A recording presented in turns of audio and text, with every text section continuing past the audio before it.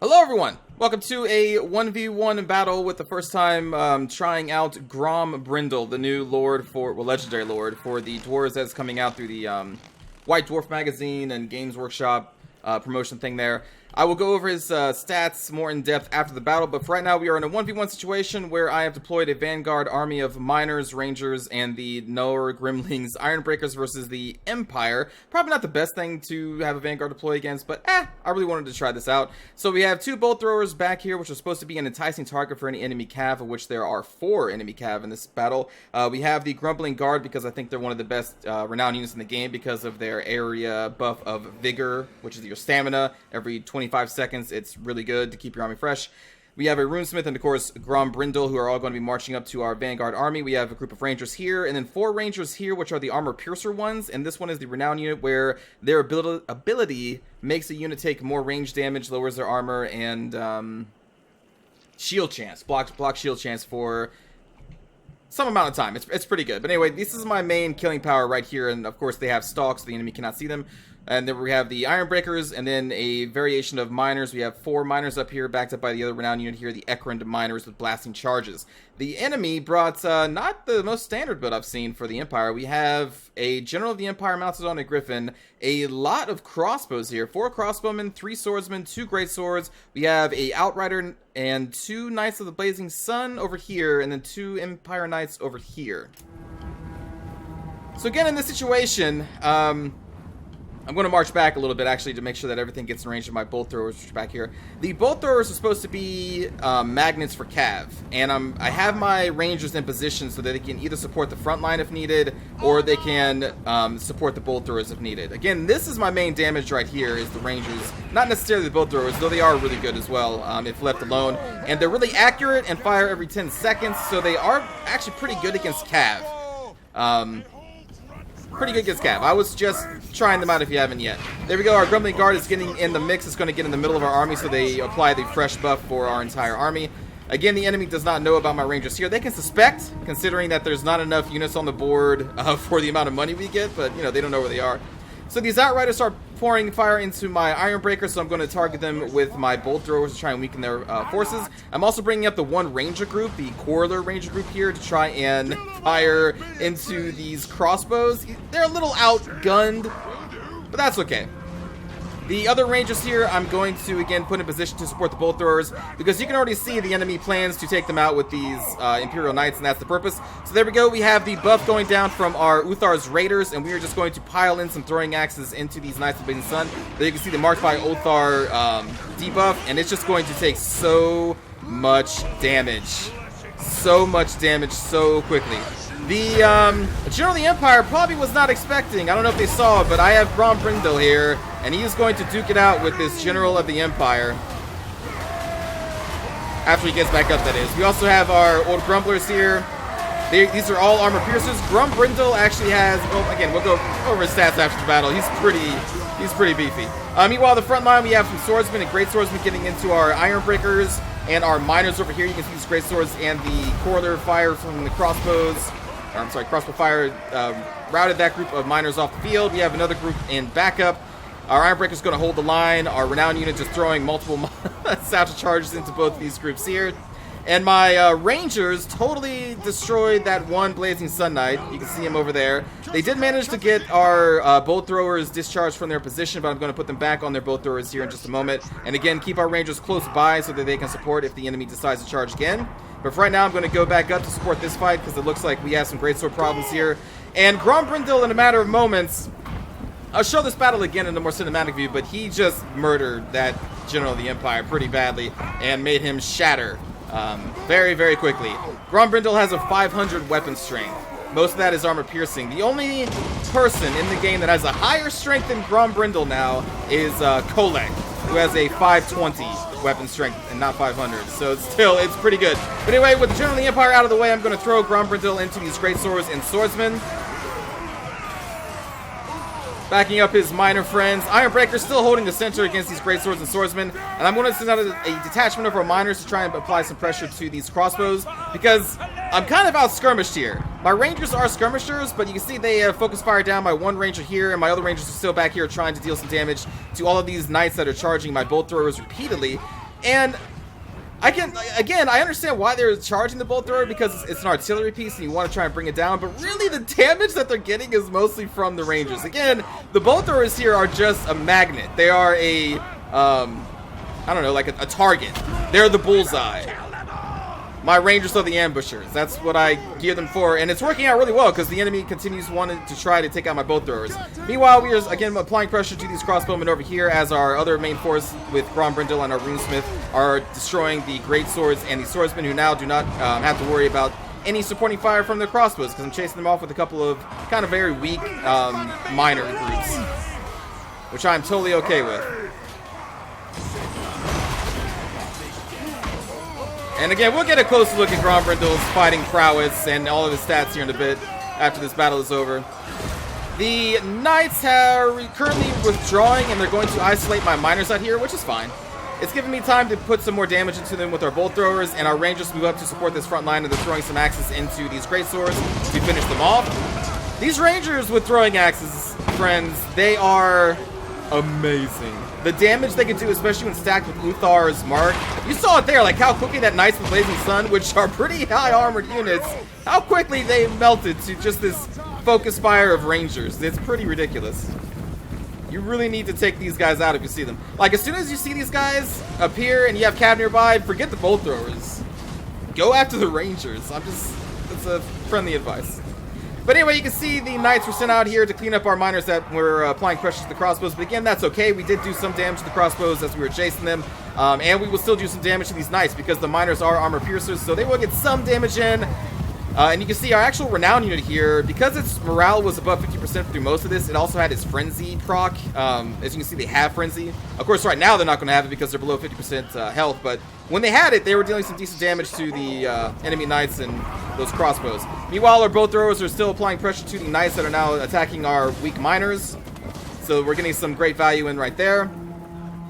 And then we're just moving up the field. Currently, I wanted to support our miners, but now seeing these knights are actually returning from fighting our miners, it looks like they're going to try and grab our bolt throwers once again. So I'm going to pull back our army, including Grombrindal, the runesmith, our Grumbling Guard, which again, because they're around, they have applied their buff, and even though these guys have been throwing, running, fighting, everybody is fresh. The old grumblers, as long as you keep them within the center of your army or just move them up and down the lines, they keep your entire army. I know I've said this multiple times in different battles I've used them in, because I can't stress enough how good it is. There's another mark of the Ulthera going down, so it's going to be receiving more damage from our bolt throwers, and I think the bolt throwers still considered just missiles, right? I'm pretty sure. But anyway, also throwing axes getting into the back of them there. Unfortunately, I didn't get a great salvo of throwing axes when I hit them with that mark, but that's okay.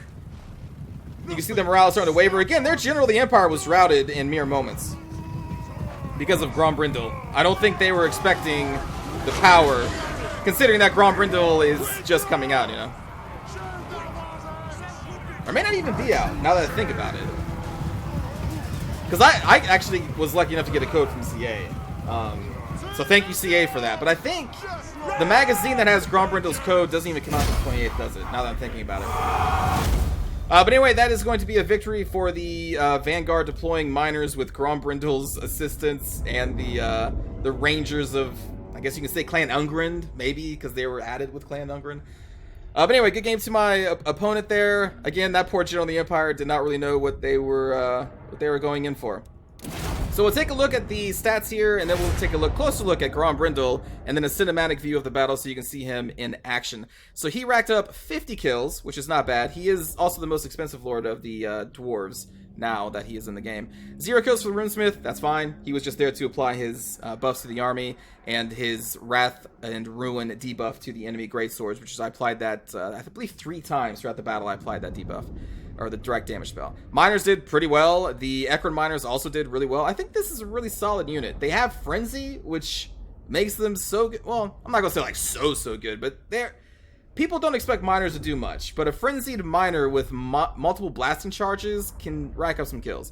The Grumbling Guard got some kills, but again, they are mostly there to keep my army fresh and go in and deal their anti-armor damage to their ideal targets, like the Great Swords. It did send them in against the Great Swords at one point. The Nord Grimling's Ironbreakers just held that center of our line. Great. That's what they're there for. I imagine that's why they gave him Vanguard deployment, so you can do this type of build where you actually Vanguard deploy an army, and they will hold the center while the rest of your dwarves in the original deployment zone get time to actually march up and join them, I assume. Anyway, they did really well. The Rangers just destroyed those Knights for the most part and didn't get touched. The bolt throwers did a lot of damage, mostly to the Knights and the Outriders. And then, this Ranger got 26 kills before they got massacred by the crossbows. General of the Empire racked up 3 kills. Swordsmen didn't get to do much. Again, Miners are a very durable unit, and Swordsmen are not armor piercers, so it's going to take them a long time to try and chew through the armor of the Miners. It's kind of a bad matchup for the Swordsmen, and the Miners are cheaper than they are.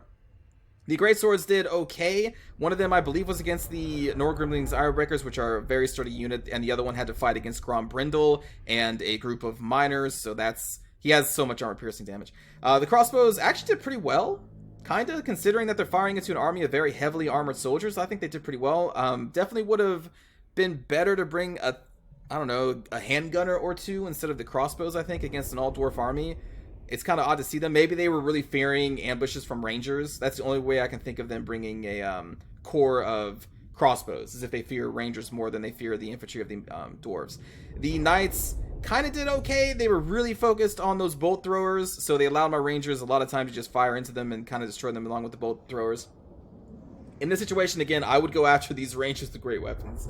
The weapon damage, I'll go over that here as well, is just really good. Let's jump into custom battle, delete that. So you can see Grombrindal is the highest costing Dwarf Lord in the game.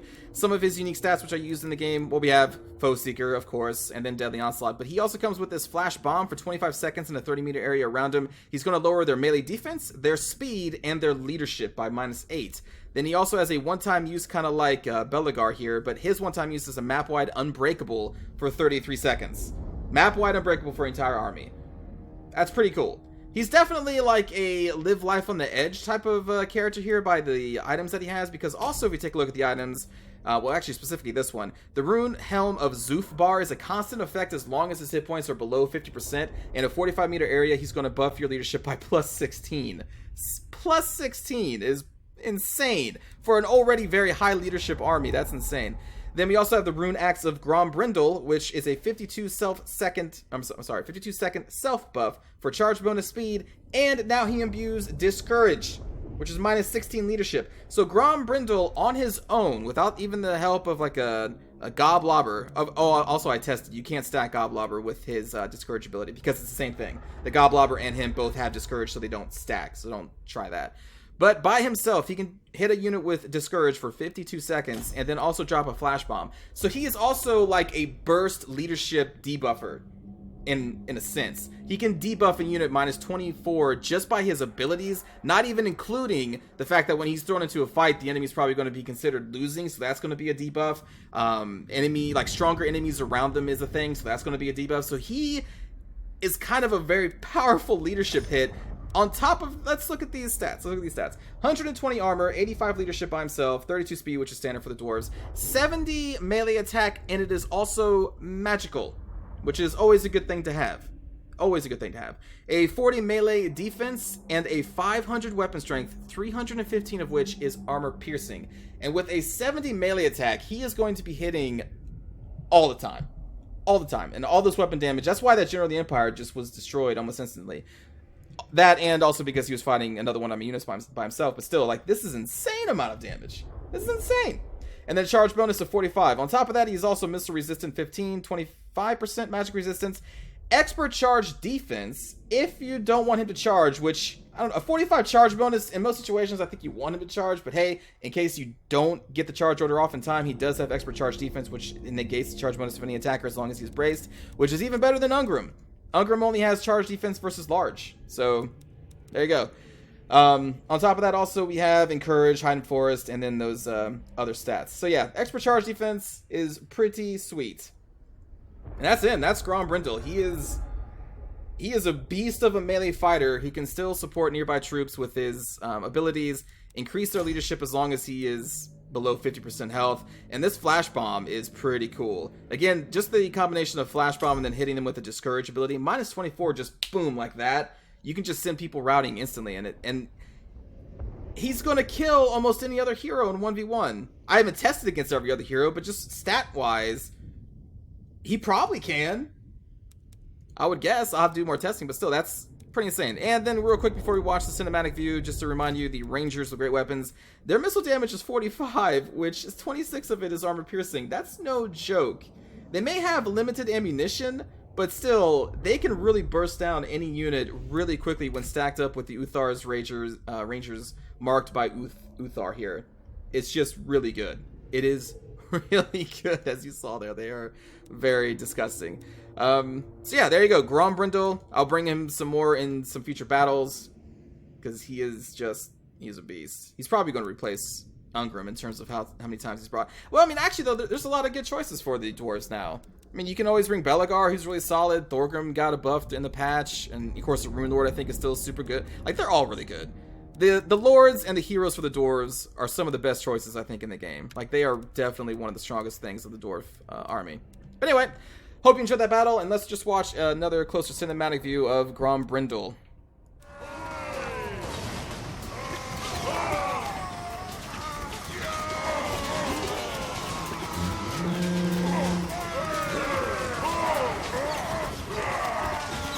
These are really cool Ironbreaker looking unit.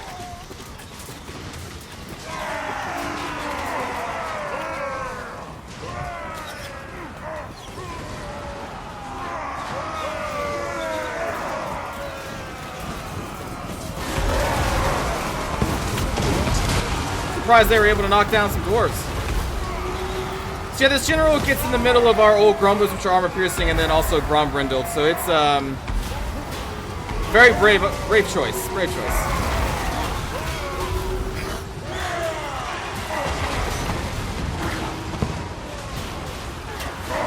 At some point, the White Dwarf will actually engage. There we go.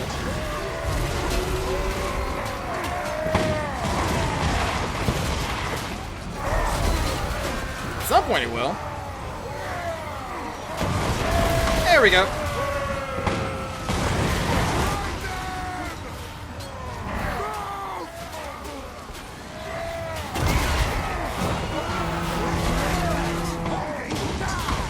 And that was it. He got hit like 3 times by Grombrindal and he's gone. Although he also took a lot of damage from the Grumling Guard too.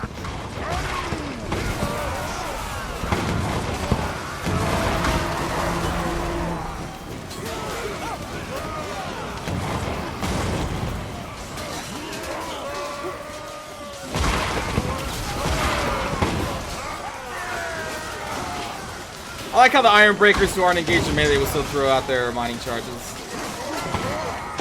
Pretty good. Although, they throw them a little too far, but still.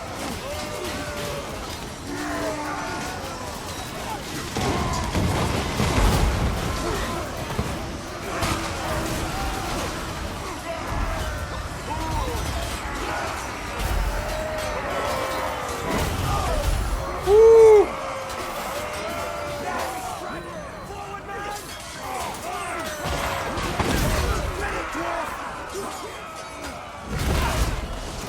Jeez. Oh, you poor Imperial soldiers.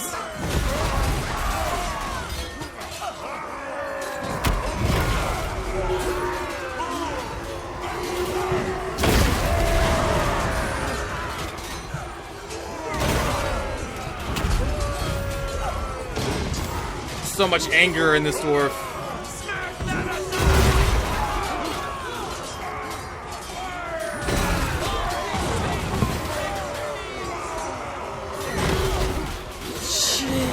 He lopped off 2 heads with that strike.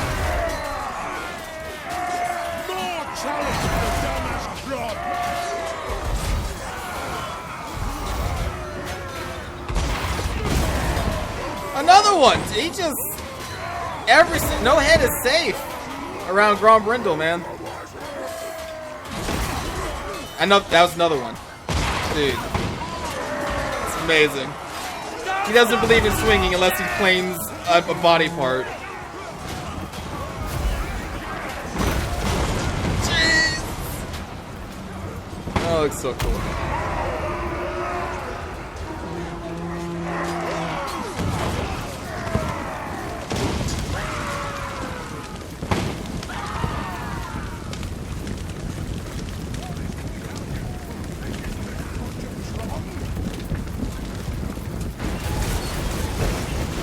think that's most of the fighting for Grombrindal at this point. I don't think he really sees much more action.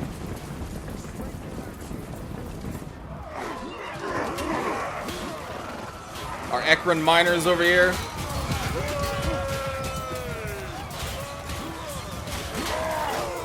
Again, this may not be a super flashy renowned unit, but I think they are really good. Because on top of them getting more ammunition for their stats for charges and frenzy, just their base combat stats was also increased over the other traditional miners. So like plus 10 melee attack and defense, I think. So yeah, they're pretty cool.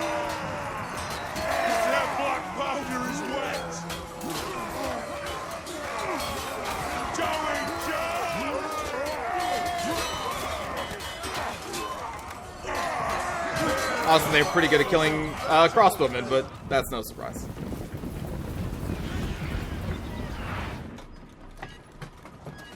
Our poor bolt thrower crews here have been charged like 3 times. Still fighting though. Reload.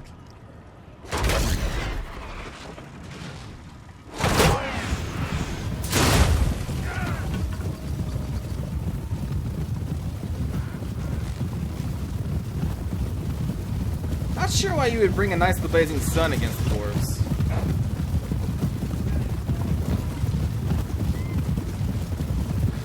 I mean, I guess against the Bugman's Rangers, they have regeneration, so they should have the fire weakness, I guess. But yeah, I don't know about bringing these guys. Oh man, point blank bolt thrower. And there come the throwing axes. You pay a hefty price for charging my bolt throwers here, Knights. And that's when they break.